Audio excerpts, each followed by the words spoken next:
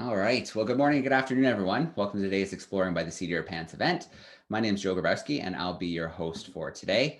We're always excited when February rolls along because in February, we kick all the men out and we host exclusively women in science and exploration. So all month long, we've had awesome connections with scientists, explorers, conservationists, adventurers from all over the world sharing the amazing work that they're doing. So February is always a ton of fun, and we're going to continue things rolling today.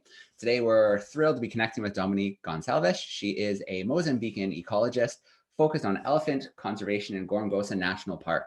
So her interest in biodiversity protection and human population increase inspired her to earn her master's in conservation biology at Durrell Institute of Conservation and Ecology at the University of Kent in England. So that's where she's joining us from today.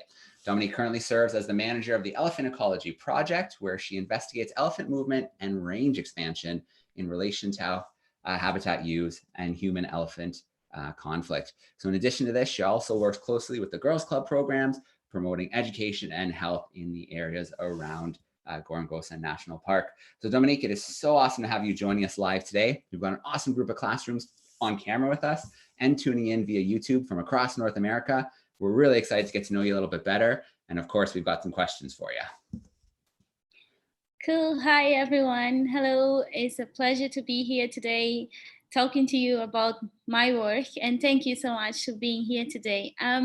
I'll start, and I promise to make it a little bit short so we can have more time for discussion. So yeah, to start, I'm going to say that I am from this country called Mozambique, which is located in southern East Africa. So we have the Indian Ocean next to us, and we're quite close to Madagascar, South Africa, and Tanzania. But more precisely, I work in this area called Gorongosa, which is a national park in Mozambique. It's actually a flagship park of our country, of my country, and it is that because it has an amazing story about it. For example, Gorongosa is located in the end of the Great Rift Valley. If you remember some of the history classes, maybe you'll see that was in the Great Rift Valley where the evolution of mankind started. For example, where the first hominids were found, and then all them migrated from there. So Gorongosa is really on the base end of that Rift Valley, which also gives a lot of different landscapes and vegetation. For example, we have mountains, we have floodplains, and a lot of Heidelbergs, these little mountain tops over there. But this combination of different habitats and vegetation and soil really gives a lot of more things, not just plants, but also animals, all kind of things, very special ones. Some of them only found in this area of the world. For example, this is the Mount Gorongosa pygmy chameleon, which is only, you can only find on Mount Gorongosa, which is inside in the park. And it's a pygmy chameleon. It's like this big female over there is almost just the size of my thumb. And the babies, as you can see, way smaller than that. And that you can only find in the rainforest of Mount Gorongosa. You can also find amazing, lovely mammals such as pangolins. I don't know if you guys have ever heard about pangolins, but it's now the most trafficked mammal in the world. So it is very important that this place has this kind of exact habitats that pangolin needs, because we can then help to protect them, to conserve them for future. And we also have, of course, the most known impalas, beautiful impalas in our landscapes. We have baboons, we have vervet monkeys, we have lions, of course, many lions. Some of them really like to play with grass, some of them not really. Lions are carnivores.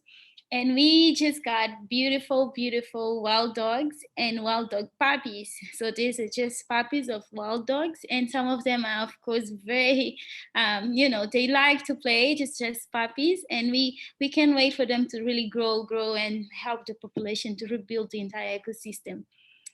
We also have a lot of birds. This is the ground hornbill, southern ground hornbill. It's just an example of how curious and beautiful they are. This is a picture from a camera trap, and they were just checking on it. And well, in a nutshell, we have a lot of things from mammals, small, medium, large, insects, reptiles, plants, many things. And all of them really play a role in this area, in this ecosystem, which is Gorongosa National Park. All of them has a very important role. And, we have to know all about them so we can better make the connections that the ecosystem has, and how can we, help to protect this place. So far, I think actually I needed to update this, because so far we might know more than 6,000 species that occur in our area. Documented species. Most of them were, and many of them are new to science. Never have been described before. Most of them only occur in Gorongosa, and some others have a longer range, so you can find in a different places. But if you can see the little lizard in the top corner and the right corner, that is the Afroedura gorongosi. It's just a lizard, was just named after Gorongosa, and is endemic to our area. We also have some new bats, and Rhinolophorus gorongosi is another bat, and many things that just got named after this amazing place. And this, all we know, is staying to this place that we have in Gorongosa. And this place is called the E.O. Wilson Biodiversity Laboratory, and is in the E.O. Wilson Biodiversity Lab, as we call, is based into the scientific department in Gorongosa. So the place where I work, where I'm from, we have many departments. Some works with people, like human development. Some works with conservation, like our rangers. Some works with tourism, with coffee, and there's some that works with science. So I am part of this team that work with science, and we have the E.O. Wilson lab in our sector. So this lab is not only for documenting species, but it's also for monitoring everything we have, and to come with better ideas how to protect. And most importantly, is really to provide scientific knowledge, and to better inform conservation decisions and management decisions.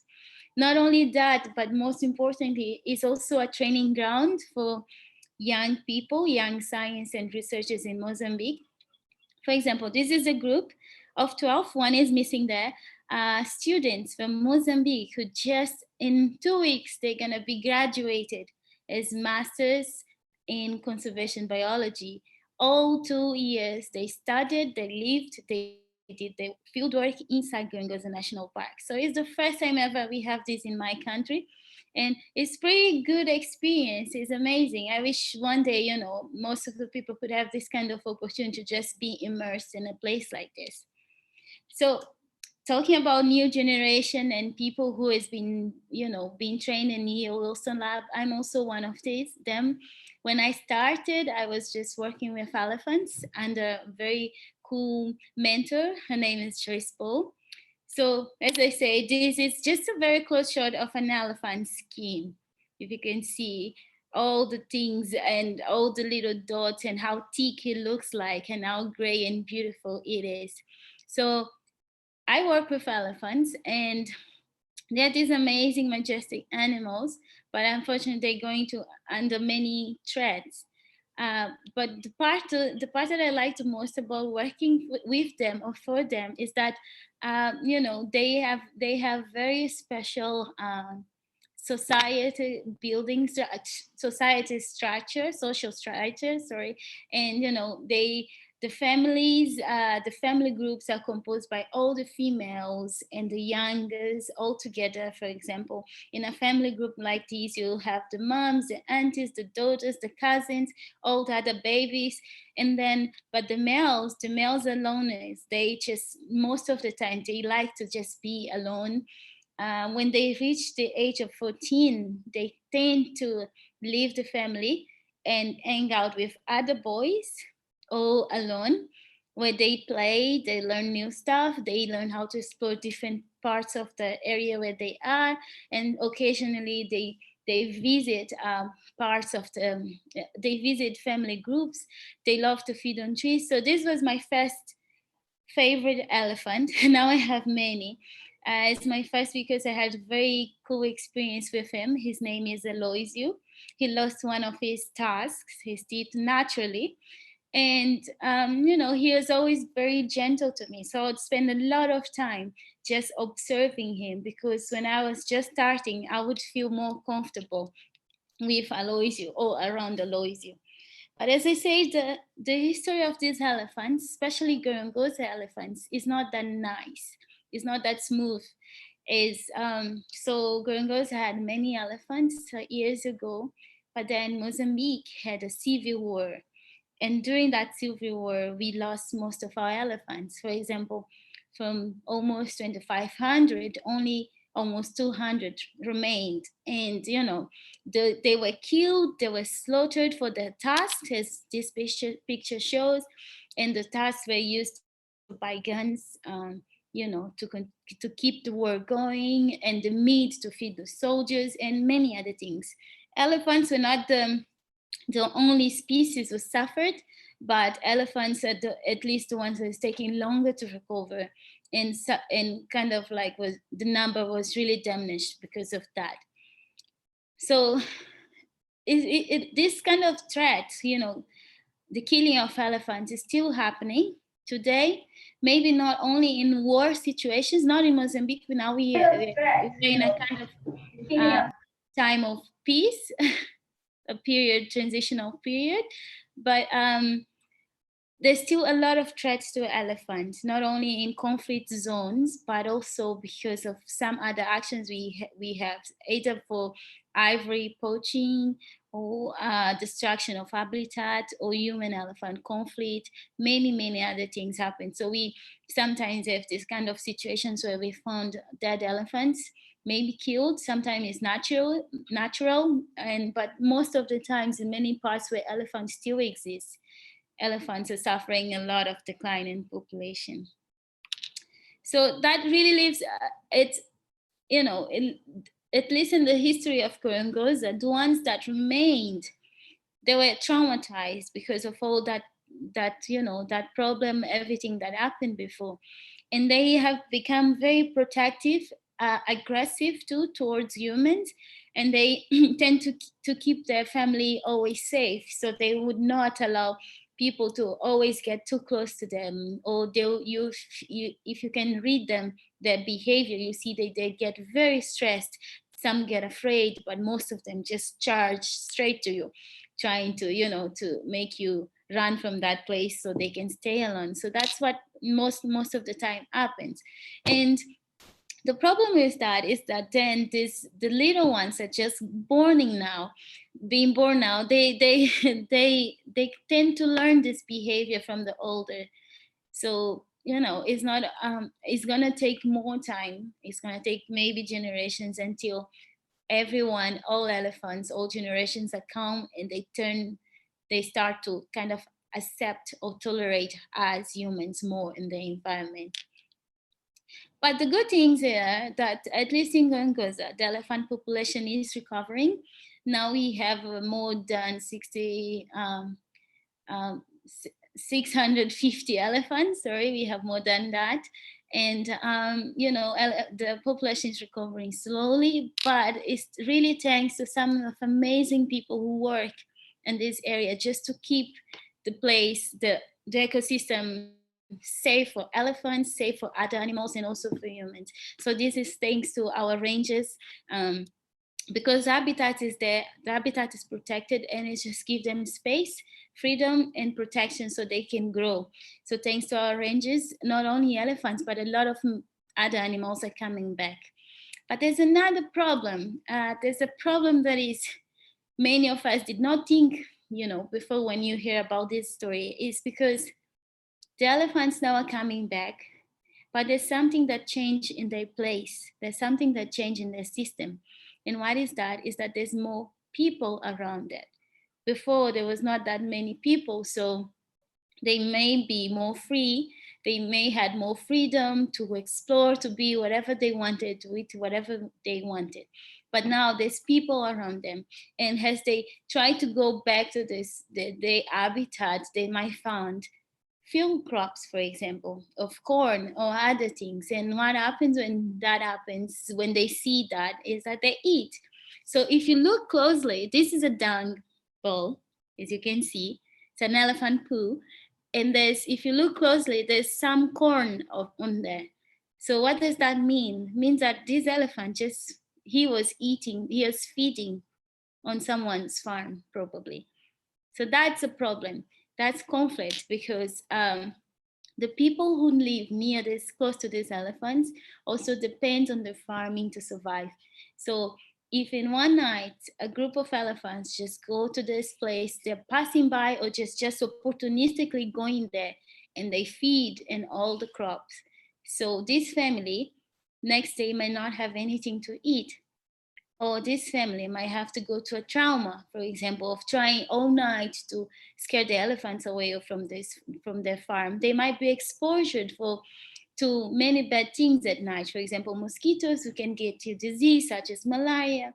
The kids don't really sleep at night, so next day they can't really do well in school because they barely slept, or they don't have enough food next day, so they also don't do well in food. So there's many things that we can really count, and things that sometimes we don't think about when it's about conflict with elephants.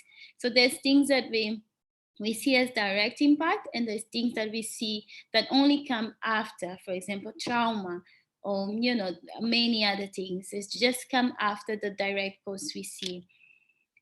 So to do that, my team and I started working in an elephant's matriarchs. So as I said, a family group might have many elephants, might be from 2, 3 to 40 or more. At least in Gorongosa, at least 45 individuals in one family. So if you see in this picture, the first one over there, she is leading the group. She is telling the group where to go. She is a matriarch, or a lead female. So what I do, I focus on coloring, putting a GPS satellite on these lead females. And why is that? It's because putting a satellite color in one lead female, it really gives me, I can see the movement of an entire family. So to do this, we actually need to use an helicopter in Gorongosa. It's not that easy just to drive to elephants there, especially because our environment habitat is very thick. So I go there with experts such as Mike Bingo, a really good pilot who I trust, and very good veterans and vets, and experienced people who help in all these. And what happened is that while flying, we locate a family group, and then I identify the lead female or the matriarch. But then the expert helped me to say, can I really put a collar on her or not? If I cannot, it could be for many reasons. Maybe she's pregnant and it's not safe to put her to sleep, because this is how we do. We dart to put her to sleep. It's just a sonifer, and she sleeps. And while she's sleeping, we do everything. We take some blood to study DNA or any other things, and we take some samples. And this is how we do. And all these samples then help us to further study. And the moment she wakes up, she has the color. Sometimes the funny thing that happened is that sometimes we have to be like very small team. There were moments that it was just me, the pilot, and the 2 vets, and only 4 of us to really dart and do all the work with elephants. That could be fine, but most of the times it is a hard situation, because if the elephant falls sitting, I mean, it is a very big animal, and we can just push him to the side, because if he is sitting and sleeping really hard sleep, he might actually crash his own lungs because of his own weight. So it's better if he is on the side, so he's just sleeping and breathing nicely. So to put him to the side is difficult, because he's very big, and in this moment we needed help, and we were very close to a community. So these are people from the community that the elephant will probably doing raiding at night, but they came just to help us put the collar on elephant. They were super happy touching the elephant. So this elephant is sleeping. We just put the collar on him, and the people were just amazed by the opportunity of actually seeing the elephant in a different situation, which is not at night, or no one is scared, and everyone can get closer and look at the animal. So this is what happens sometimes.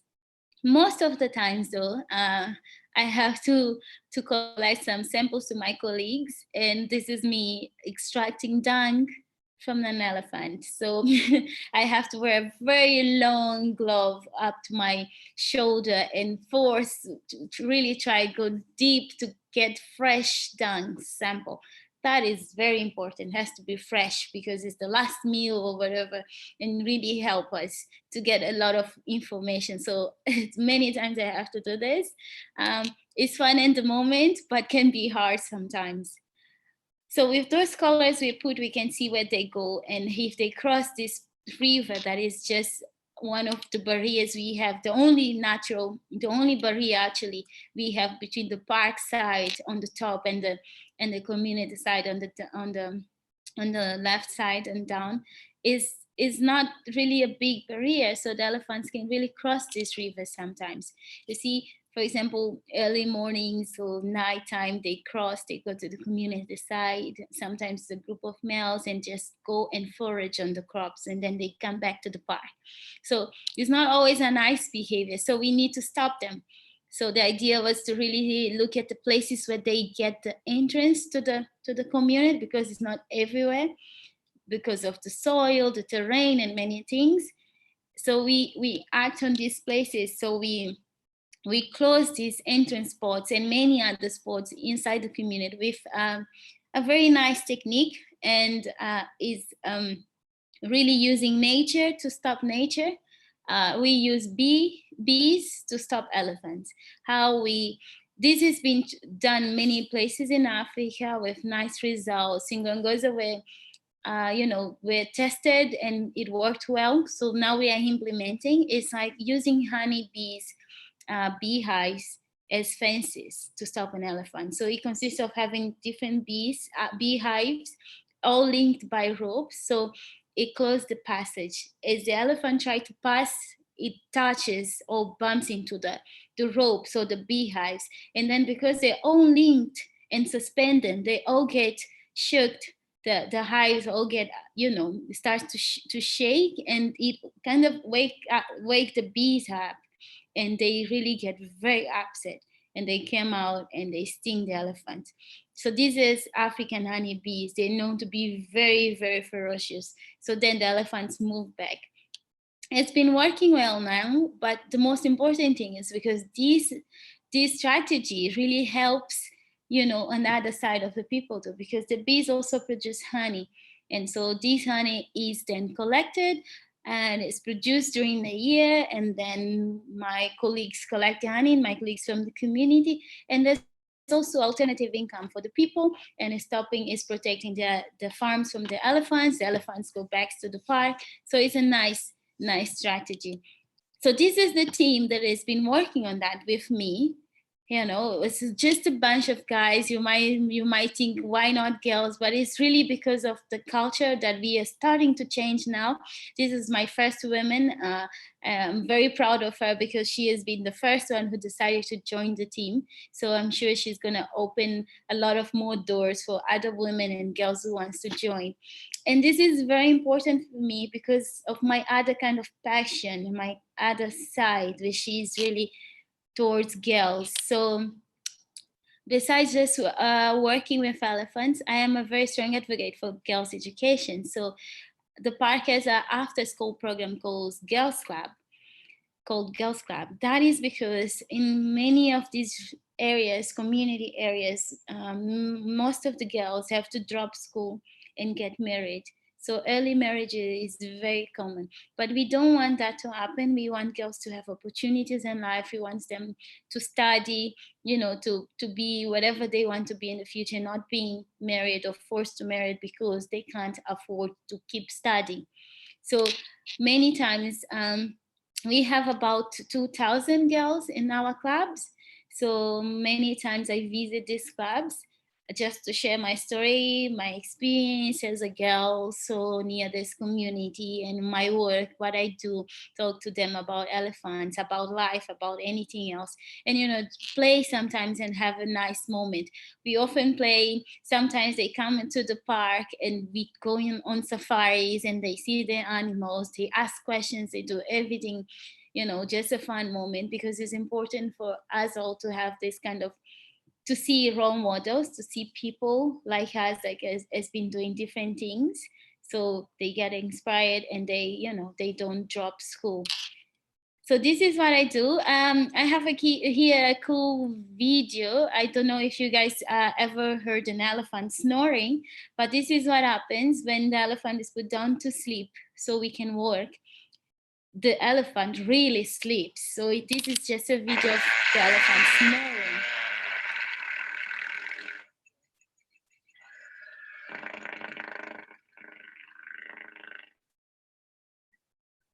This is just the tip of the trunk of the elephant, and the stick is just to keep it open nicely to breathe.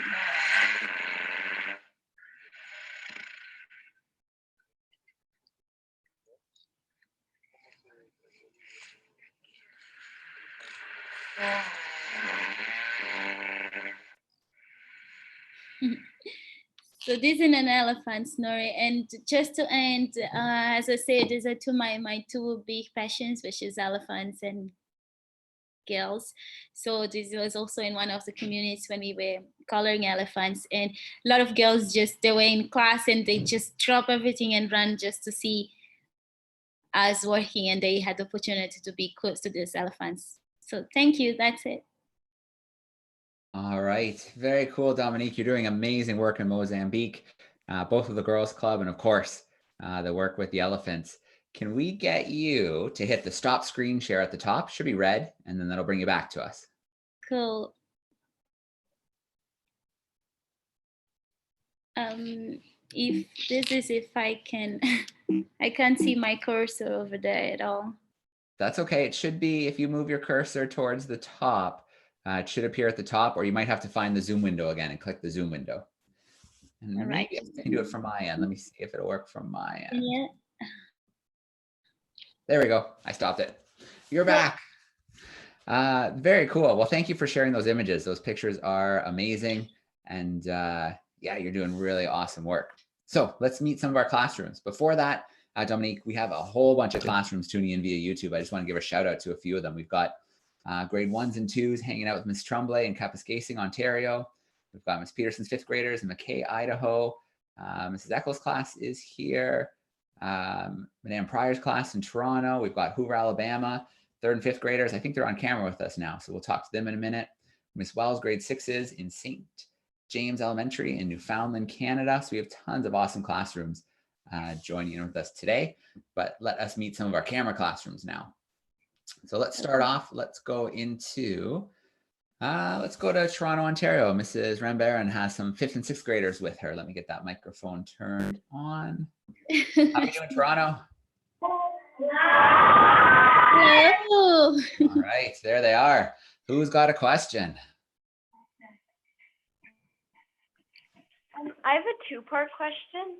One, what kind of climate do elephants need to survive? And two, how long do elephants live for? Well, thank you for the question. What kind of climate the elephant needs to survive? At least what I know is that they do go from semi-arid to arid and more fresh environments. For example, in Africa, the savanna elephants, our climate is very subtropical, but there's also elephants in East Africa, which can be hotter and colder a little bit. So I'm talking about our minimum here most of the times. Also in Southern Africa, the minimum can get low to 8 or so, but at least in Mozambique, the maximum can get 40 or 42. I know there's also Asian elephants, so it's a different climate, but the forest elephants too. So it's a big range. If you see, they are mostly in Africa, and they are mostly in Africa and Asia. So it's really that kind of climate. There were elephants around more areas long ago, but now they don't exist there anymore. But it's mostly the semi-arid and subtropical climate. How long can they live for? Well, I need to say that it looks different from the living in captivity and living in natural areas. So, for example, I know that at least I was told once about one elephant getting to the 60s. But if you're looking at some news recently, Team, the big tasker, the famous big tasker from Kenya, Amboseli National Park, just passed. And I think Team was about 60 or 70, around that range, and team died of natural causes. So this is how long can they live maybe in a natural area. Yeah. All right, great question to get us started. Let's take a little shift now. Let's go to Chesapeake, Virginia. Mrs. Deer's 7th graders are hanging out with us. Let me get that microphone turned on. How are we doing, Virginia? We're doing well.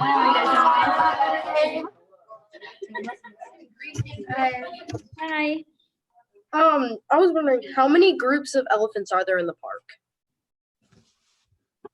Thank you. Well, that's the question. I really want to know how many groups are there. This is still what we're still trying to figure out. I think Joyce Paul has identified about 20 to 24 groups, but this is just a random, it's just a number. We're sure that there's more that we don't know, because we don't just, it's a big place, and we don't just have access to all elephants when we want. So depending on the season, we might see more of them or less of them. So, but we have identified at least 20 to 24 family groups. All right, very cool. Let's see, let's go to Quebec this time. In Canada, we've got grade 6s hanging out with Madame Provencher. Let me get her microphone turned on. There it is. How are we doing, grade 6s? Fine, yes, thank you. Oh. Does the climatic changes affect badly the elephant? Can you repeat that, please? Do the climatic changes affect badly the elephant? All right, Dominique, did you get that? He's wondering, do the climate changes affect the elephants? Yeah, sure. Thank you for that question. Climate change affects everything, even though it might be in different scales or timelines, but it does. And for elephants in this case, it would affect a lot on their environment. For example, either the water they need or the vegetation they need to eat.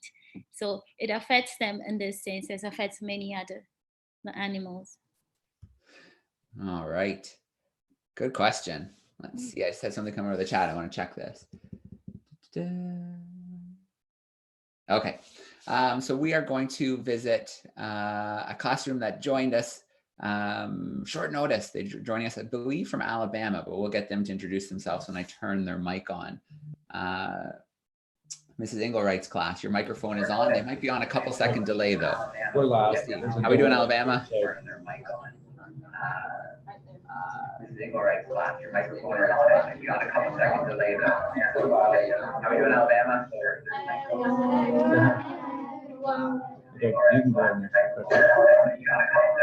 All right, we're ready for you. Tracy, can you mute that? Okay, go ahead now. How do we as kids help save the elephants? Can she repeat that? Yeah, she was wondering, how can they, as kids, what can kids do to make a difference to help protect elephants? What a question.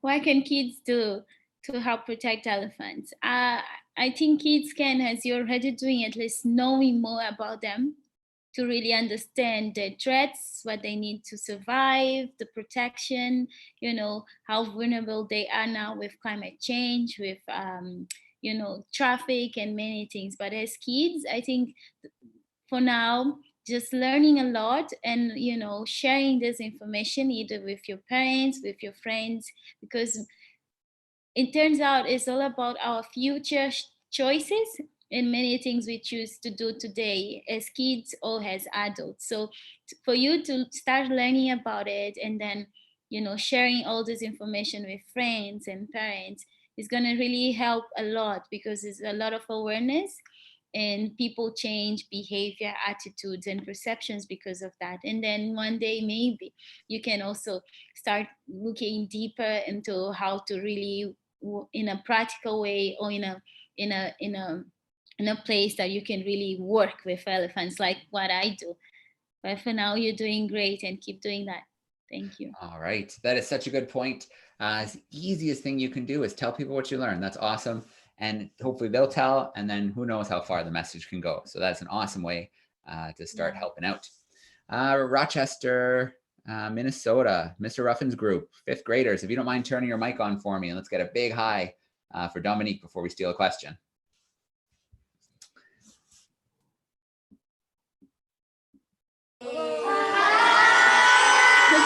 There we go. What or who inspired you? I couldn't get that. Can you repeat, please? What or who inspired you?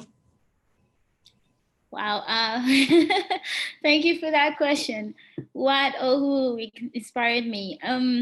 What I think was nature. I've been always I always, to start, I always loved biology and the natural world. I was always curious about things, plants and little animals in the backyard. So I went to study ecology and conservation, but was not really thinking that I would go to elephants or animals.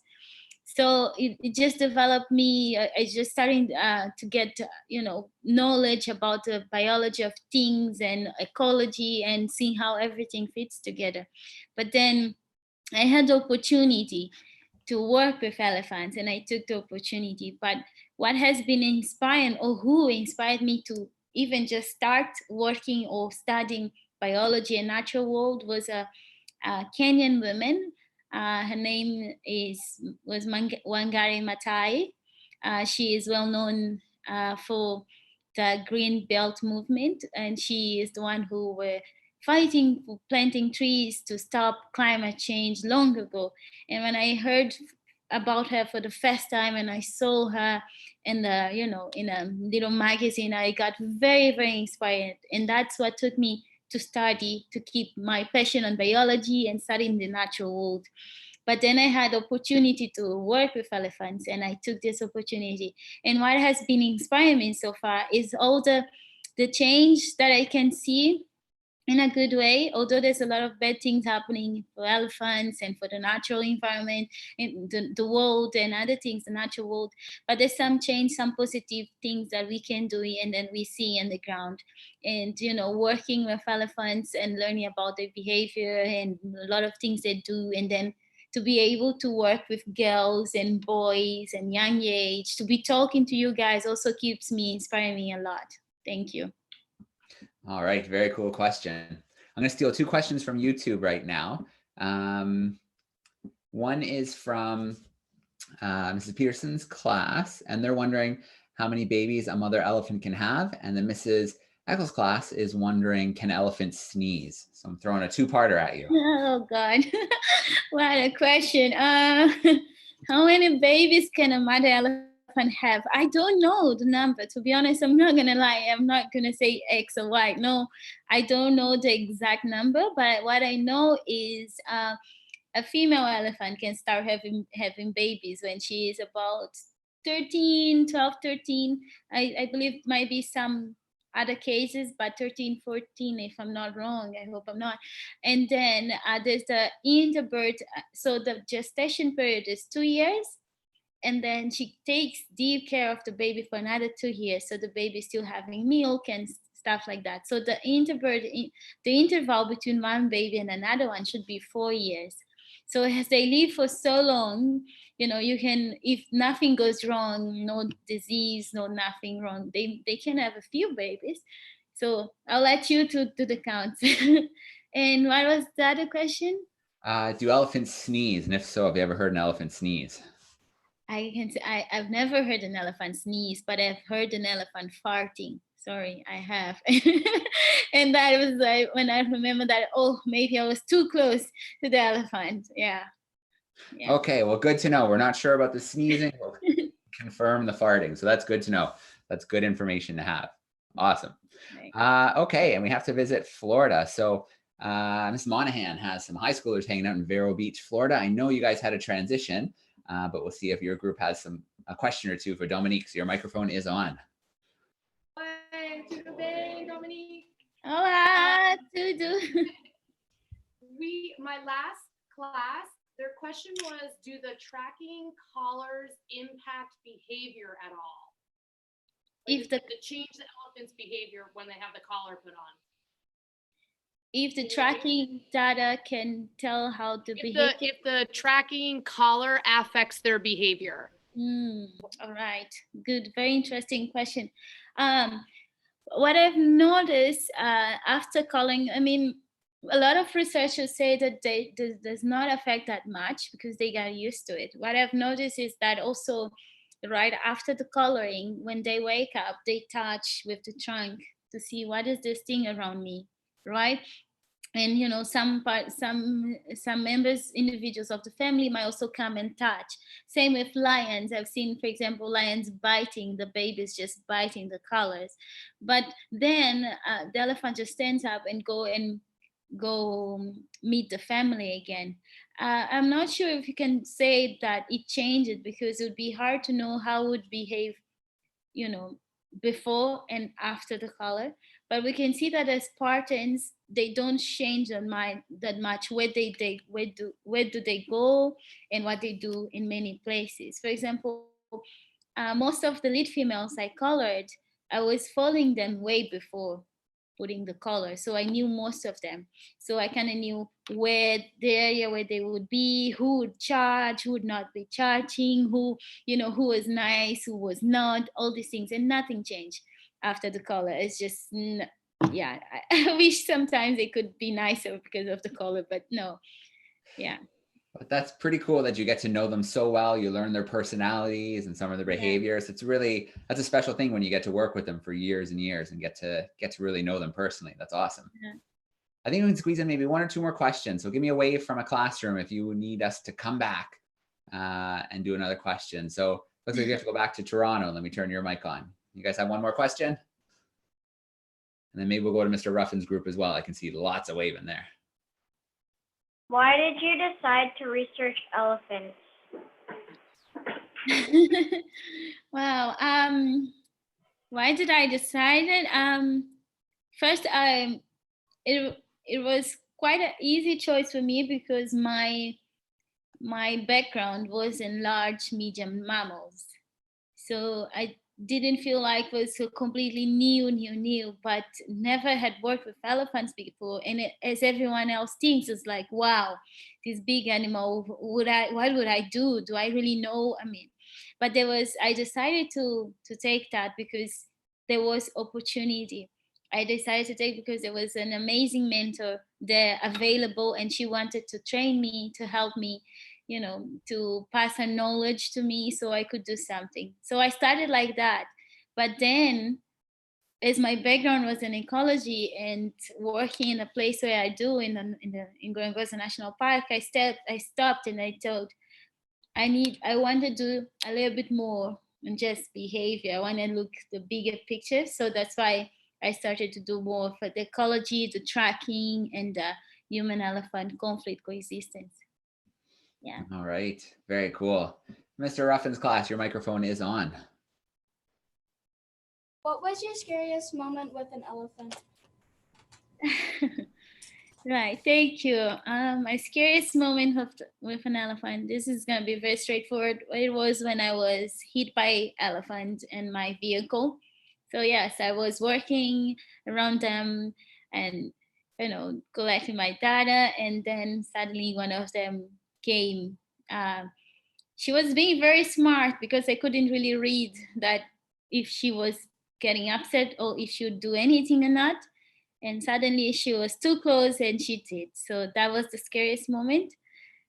Yeah, but everything went well after. No one got hurt. So that's most important. All right. And it might take a second for Mrs. Engelwright's class to catch up with the delay, but we're going to turn your mic on for a final question. Hey. All right. And it might take a second for Mrs. Engelwright's class to catch up with the delay, but we're going to turn your mic on for a final question. All right, go ahead. Speak up. Oh, what is your favorite part working there? What is my favorite part working there? Your favorite part of working there? Yeah, of your work. Oh, my. I've never thought about that many times. My favorite part, I think, is just that I work in their place, basically in the natural environment. That sometimes I'm driving and I can't really see much in front of me because of the trees or something, and it gives me a lot of adrenaline because I'm like, oh my God, I don't know if I'm gonna find an elephant right in the corner, but that's okay because actually this is the place, so they should be wherever they want. So this is my favorite part of like being immersed in the real world and still be able to work with them. That's my favorite. All right. Well, I want to give a shout out to the classes on YouTube. Thank you for everyone who's tuning in right now and sending in questions. Obviously, thank you to our camera classrooms. Your questions are awesome. If you do have any more questions, shoot them to me via an email, and I bet you I can shoot them to Dominique, and we can get a couple more questions answered that way as well. And then if you have some time today, take a look at the story of Gorongosa National Park, because it is quite an amazing story. You know, years of civil war decimated the park, but through amazing conservation work, people like Dominique and so many others, the park really is coming back and flourishing. So it really is a good news conservation story. And Dominique, thank you for all the amazing work that you're doing to help continue that recovery. Thank you. It was a pleasure to join you, and thank you for, to listen to us and our story. Thank you. All right, I'm going to turn the microphones on, boys and girls. Let's get a little loud, a big goodbye and thank you, and then we'll sign off for today. So here we go. Thank you. Y'all, you're gonna let us here. All right. Thanks, Joe. Thanks, Joe. Right. Awesome. Thanks, everyone. That was awesome. Look forward to seeing you in some more events coming up throughout the month. Lots of great events to tune into. So thanks, everyone, and have a great day.